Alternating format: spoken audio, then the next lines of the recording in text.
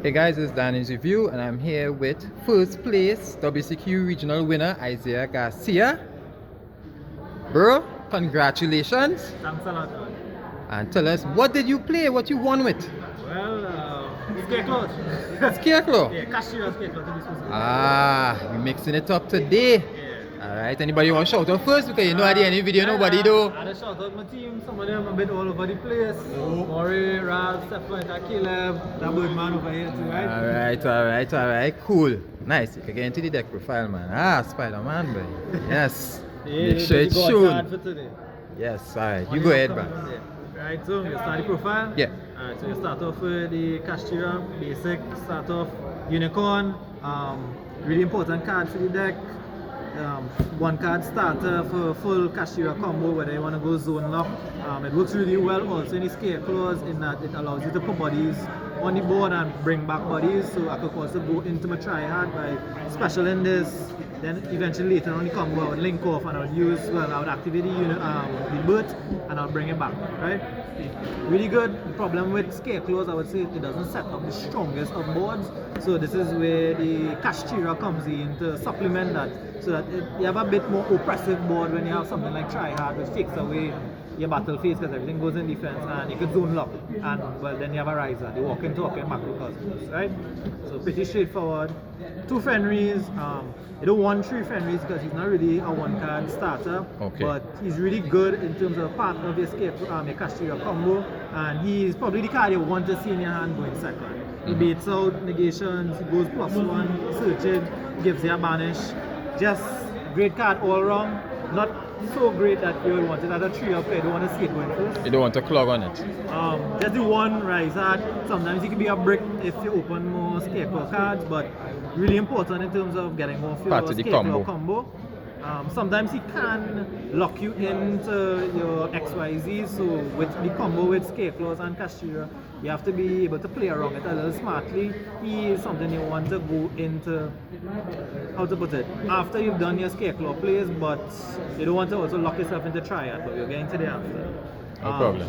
I would say the most important card in the entire deck, which is Scareclaw Kashtira, he's the glue that binds everybody together. Yeah, because he is Scareclaw and he's Kashtira, so you could search him pretty much with almost anything. Henry could search him, field spells could search him, Planet Ride Phobia, which is the Scareclaw field spell to search him, Try-Hard can search him, you could pull him back from grave with Arrival, you could pull him back from Banish or grave with Bird. He's essentially the most searchable card in the entire deck and you always have access to him, so you don't really need to run 3 of him, but he's extremely important and he's a great out for so many things, and just the fact that he can attack in defense, he just facilitates the OTKs with Scareclaw.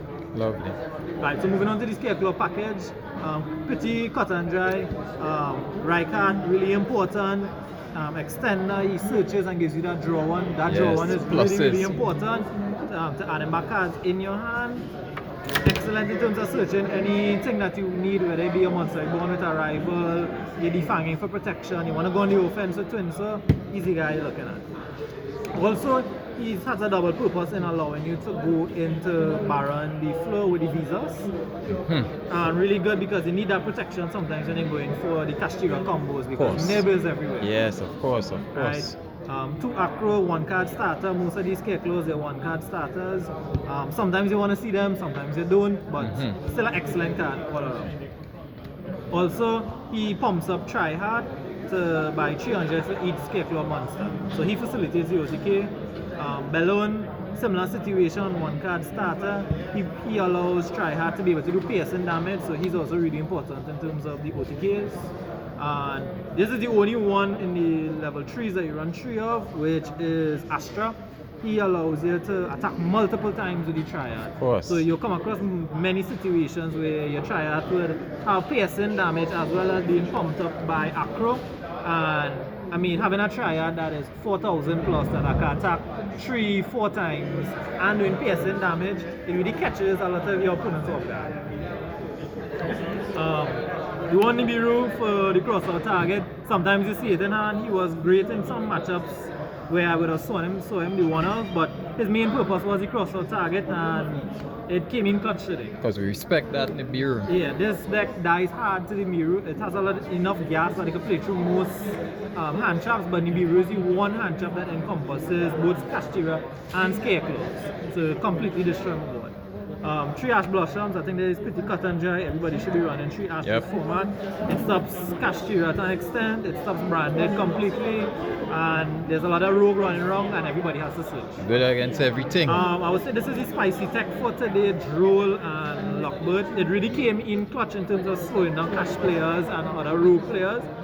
It essentially won me a game for Flandries because I resolved this 3 times in 2 matches. I draw 2 in 1 game, and my turn, on his turn and then his follow-up turn, Droll couldn't do anything. The follow-up game, Droll again, and that was it for him. And the one of Visa Starfrost, of course, he can be a brick at times, but essentially you always want to see him if you have any other Scareclaws, because if you have the Kashtira plays, this is a 1-card Baron because there's a tuner with the right card which allow you to go into Baron.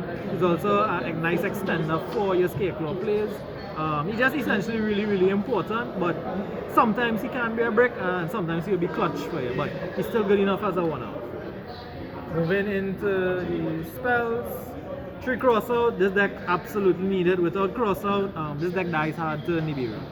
Nice. It works really good also in terms of other hand traps, but most times you want to hold it for that Nibiru if you don't have the extenders. It doubles really nicely in this format due to Kashtira, so if I'm playing any mirror match, you can negate there. So I think one match I was playing a guy and he had Fenrir, he was going to search to see if he could continue off his combo, and I would have set this before, activated it, Fenrir's negated, right? So it works as essentially as a kind of a Omni negate against Kashtira, because I have all the Kashtira cards that they'll be running in the main deck. 3 rates off. This one was one for a lot of contention last night if I needed 3 rates off, because it is a 1-card starter, but can be bricky at times, and sometimes you want an extra spot for something else, but it just adds so much value because of that, because, how to put it, there's so much I can search in this in terms of my cash plays, but where it doubles really nicely in the Scareclaw plays is that I can search Scareclaw Kashtira. So you see a lot of times where either engine fixes each other. If there's a missing card, and usually that missing card is Scareclaw Kashtira, I need that extra level 7 to go into a Shangri-La.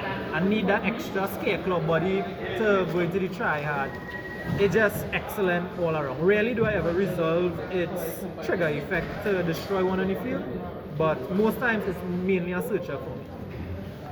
The real field spell that comes in clutch is this. I would say this is the most powerful of all the Visa's field spell. While yes, it searches and it debuffs my opponent for each defense position monster on the entire field, it has a lovely effect that is different from all the Visa's field spells, in that I can manually trigger if it meets the condition that there's 3 or more defense position monsters on the field. And this comes up quite often because most persons put cards in defense position. So a lot of times I can activate this first, I don't even have to search if I already have it in hand, and it could take away an interruption from my opponent. It's really good, it's easily searchable with Light Heart, and it just puts in work. Going second, going first if it's searching, it's just a really good card all around. And it works really well with Tryhard. The Tryhard puts everything in defense. The one of Theosis to search, you don't really want to see him too much in hand, to be honest, but you mainly want to search him. He can be a brick. If he's in the graveyard, one of the best cards to banish off of Scareclaw Kashtira if there's another Kashtira in the banish pile. The Fanging, this is probably the card that puts in the most amount of work going second. As it protects my extra deck link monsters, but at the same time I can activate it to banish a link monster, which is usually lighter, the link one, to pop a card on the field. Again, combine this with the field spell, my opponent is going neg 2. If I have a Fenrir, you can get banished also, so you see how to put it, their resources slowly go down when I'm going second, and it facilitates the OTK. One bird. In my opinion, this card should be put to 1. This card is just absolutely broken, completely broken, and the fact that Kashtira can play 3 of this and it's so easily searchable is just insane. This card allows me to summon another Kashtira from hand. It allows me to pull back one from banish or graveyard, and I can activate it to banish 3 face down. If a spell is activated, it's just absolutely insane. It facilitates Scareclaw plays because if I have a, how to put it, if I went into try hard and I have a Scareclaw Kashtira, I could pull him back. There's follow up also. If it just this alone on the field, this could allow me to go full combo in terms of Scareclaws because I pull back that one Scareclaw Kashtira, link off into light card, and everything just starts to snowball from there. And it also facilitates all your Kashtira plays. You bring back a Unicorn, you can use Theosis, search the Theosis, bring back a Fenrir, search Scareclaw Kashtira, which would allow you to go into the Scareclaw plays. So, insane card all around. Arrival, the one of, is a monster reborn for Scareclaws. Really good, and sometimes you just need an extra body. It have a little sneaky effect in terms of the graveyard, but catches a lot of opponents off guard. It can protect my Triad or my Lighter, the extra deck link monsters from being destroyed by banishing it. Comes in clutch. The one of Terraforming is really good in this deck because I have 2 field spells, so depending either or what I need. If I have 1 field spell already, I'll search the other one, and it just allows me to just go in +1. And I look at the extra version of just having a Unicorn, to be honest. Moving on to the traps. Tree and Perm, cut and dry, really good hand trap to go in first, go in second, regardless. The most annoying brick, but yet such a clutch card. I really had a lot of deliberation whether or not to cut this card because I saw it a few times today and you never really want to see this card in hand. Because if you're opening for your Kashtira plays and this card is in hand, especially as a 1-of in the deck, you can't banish it to get the effect in banish pile to get one of your Kashtira body special only if you add to hand, which is really tough. The only time I would ever want to see this card in my hand if Scareclaw or Kashtira is in my hand, he kind of fixes that for me as I can special him and then banish it. But great card when it's not in my hand, when it's in my hand, kind of feels like a Draco back. And the clutch card I would say out of all the traps would have been Scareclaw Twin. So this card single-handedly won me a game against Matt Mech. Possibly also won me a couple other games because of the pop too.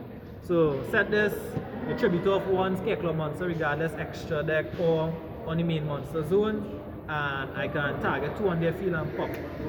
Going 2, neg 2 on for your opponent is always difficult for almost any deck, right? Especially if it's a combo deck. But it has a really nice sneaky effect, as I say, all these Scareclaws engrave. If there's a link tree on the field, I can banish this and they cannot activate any link monsters. The nice thing about it is, if you get rid of my Triad, which is already difficult, and you put a link tree on your field, I can also use this effect. So I would have caught a Mech player off guard with this because he was trying to go into access code, which would then facilitate pop, and he would have then been for able OTK. to hit you and hit you again, right? For 2, you couldn't go for that because he would have put, I forgot the name of this card, I forget the name, it's a link tree, I would have then banished it. You can activate any effects and you kind of just stop. Yeah, transcode talker. Transcode talker. Transcode talker. So it would have stopped him completely Stop there. the transcode and the access code. Yeah, the OTK would have just gave me another turn to survive. Of course, that's all we need. Because I just need one card starters this deck is full of to just go for an OTK. Moving on to the extra deck. 2 light art because we run in 2 field spells. Sorry, 2 light arts. One of the most awesome cards in this deck because each one of these Scareclaws that you have is a link 1 starter for this entire deck, right? It works really well with Kashtira because Kashtira doesn't have a normal summon, so when you normal summon one of the level 3s, usually I would wait before activating a Unicorn or Fenrir to bait you out with this. So now you have to decide whether or not you want to Asher Imperm my Kashtira players or you want to Asher Imperm my Scareclaw players. If you only have 1 hand trap, you need to decide. But either way, I will be going plus and I will get a full combo. The only thing that wouldn't conquest that whole thing isn't it. But really good, has a once per dual effect from grave to bring back a Visa Star Frost. I would have resolved it once or twice through the duel, but great is also nice fodder to banish for the fanging. The big boy of the deck that you're always going into every single game, try hard. You'd be surprised how difficult this card is for most decks to out. You have to get a bit creative to out him because he's unaffected by any defense position monsters. He's in defense and he can search and pull back from grave. When you put him with defanging, now you can't target him and you can't destroy him by card effect. So he becomes really really annoying and difficult to beat. And a lot of people struggle with him. And because he's so easy to go into any 3 effect monsters, Kashtira monsters also easily allow you to go into him. So this is where the deck works really well with the 2 engines to also go into him. He's the main focus a lot of times that you want to go, sometimes going first and especially going second, because there's games where he can be pumped up enough to do 20,000 plus damage. Shangri-Era, we all know what he does. He's annoying, he cannot be destroyed, he locks zones, nobody likes him, but he's really important with your Scareclaw, with your Kashtira players. I prefer to go for full zone lock. If you have the Nibiru, you have the Nibiru. If you don't, I'm going to lock everything. Right? You have it, you have it. He's really good in that. I can go full combo Kashtira and I can go full combo Scareclaw without locking each other. And now you have to really have a good out all of them. Zeus, we don't really go into Zeus. Also Foxy Tune, Fortune Tune is to go into the Zeus with any 2 of the level 3s, and the Zeus never did it today. But in testing I found situations where you don't have enough to go into Triad.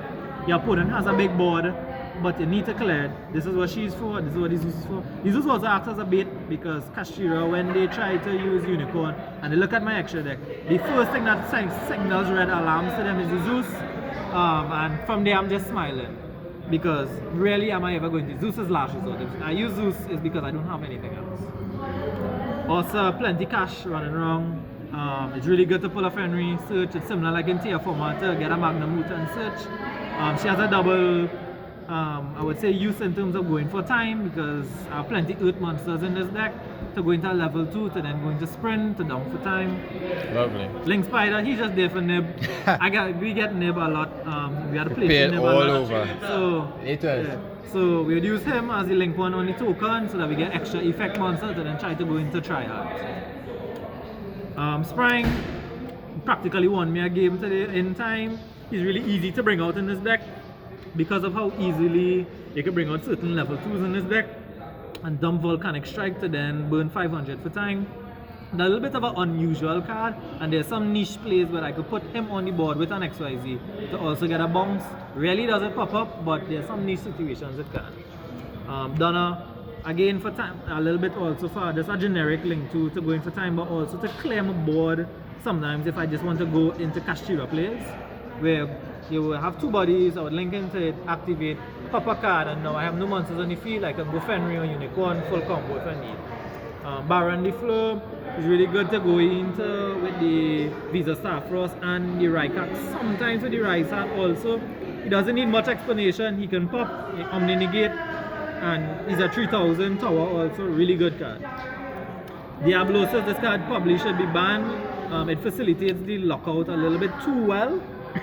And just that ripping from extra deck and giving that knowledge, it's really insane, and sometimes it could just allow me to change up my strategy based on what I would have seen, and it allowed me to essentially slow down a lot of players, because I would rip their most important cards that I think that they would need, whether it be sometimes that Splash Mead, Matmech need, or that Albertion, especially little one-offs for Sprite players in terms of their Sprite or their Gigantic. And well, using him also with Unicorn is just really broken. And everyone's favorite card, Arise Hard Pass. We don't do that in this deck. We go full Kashtira combo, but he's just excellent in terms of putting a lot of pressure on your opponent. With this deck, the goal isn't so much a lot of interruptions. I don't have the world of interaction in terms of negates. So I try to put a lot of pressure on you with Triad by taking away your battle phase. You can't go into Zeus. As well as him is a walking, talking macrocosmos. You don't have a graveyard. On top of 1 or 2 destructions I might have with Twinso, or a banished I might have with Fenrir and a Rysat, it just puts a lot of pressure on your opponent. And again, the Rysat being able to constantly rip for materials, it's really good, and that banish is excellent. So great all around. Moving into the spice now. Side deck. 3 Kaijus, none of them being level 7s, really good in terms of within Arise Hard Pass. It did not come up at all today in terms of meeting any Kashtira players who would have done Arise Hard Pass. A lot of them were a bit more aggressive in terms of going for the zone lock. It was really good in terms of outing 1 or 2 problematic cards, but it didn't come up too often, I would say. Evenly matched, this is a card that should always be in a side deck. It's always great in terms of just completely blowing your opponent board. If they don't have enough negates, this card is going to utterly destroy them. I would have gotten even lead also by a couple person, which is a bit tough, but luckily for having Scareclaw try out on the field, it still would keep him and just apply pressure. Cross out ever help you to stop her evenly? Honestly, I would have thought about doing that, and by the time I would have think about doing that, it was already too late. So I probably should have put in one evenly for the crossout targets. Definitely something I will be doing more. Okay. Dark Ruler no more. The main reason for this is the amount of sprite players that I've seen, and even the rogue deck players. It came in clutch in the last round against Dragon Link to stop their Savage and the remainder of his board. It stops me a little bit because this is an OTK deck with the Scareclaws, but the ability to completely blow your board and completely negate everything kind of trumps it, because I probably wouldn't be able to build a board if I don't use it. Of course, and then the card advantage you would have after, it might not be able to come back. Correct. Oh gosh. T-Barrier, great card in theory, but it just never came up today. I never saw it in my hand, and the one time I would have drawn it off for the right card effect, I didn't need it. I wish I would have seen it when I was playing against the branded Despia player. It would have come in clutch. Still not a card I would drop, but I just wish I saw it. Of course. The one Duster, there's plenty trap tricks, Labyrinth players. The one Cyclone, just in case they have any kind of floodgates, I might need to chain to. Really good. Probably anti-spell. Definitely anti-spell. Kind of scared to use it in game 3 for the burn. Of and course, then the clutch card, everybody needs one. With a card for time. Time. Based on Konami time rules, whether we like it or not, it needs to be prepared for time because some games go really low. This deck could spam out a lot of bodies on the board, and it's really easy to go into Ossa with Kashtira monsters or Scareclaw monsters or Donna, and then go into Sprang, dump time. It would have won me a game today, and just great all along. I know the extra deck space for Sprang is a bit tough to have him because he mightn't come up a lot of games, but they don't ever want a situation where you need one for time and they don't have it. But that's the deck list for today, Scareclaw Kashtira. How did you feel winning your, I think your first Konami tournament? Yeah, well, this is actually my first event ever winning up. Oh my gosh. Locals, I always come close, but never actually won. So it's really awesome that the first one to win would be a regional. I think you're going to keep this deck till the end of time. I don't know about keep it the end of time. It's sure? a really good deck. I wouldn't say it's an overpowered deck, it's a broken deck. A lot of the advantage with this deck is just people just don't know what the deck does. They don't know some of the points of interaction. It's a deck that has a lot of gas. It can play through a lot because of the Scareclaws and the Kashtira. So it can run through a lot of hand traps, except kind of a nib, depending on if I had the out for it. So it's a deck I'll play a bit more. Might go back to some other decks. We'll see. Alright guys, that's the deck profile and we're out.